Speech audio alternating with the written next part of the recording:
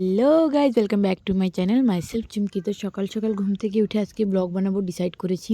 তো এখানে দিদি আর বোন মালা গাচ্ছিল পুজোর জন্য, তারপর আমি আর কোনো ক্লিপস নিই নাই। তারপর বিকেলে একটু ভাই বোন মিলে সবাই একটু ঘুরতে গেলাম।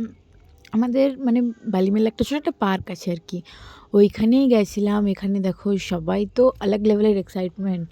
এখানে কিন্তু অনেকে আসা হয়েছে, তারপরে এক্সাইটমেন্ট দেখো এদের। ওখান থেকে একটু নিচে গেলাম, নিচে ওখানে মানে জল আছে, পাহাড়, আর এই দেখো আমার বিউটি কুইন। তারপরে আমার দিদি একটু ফান করলো আর কি।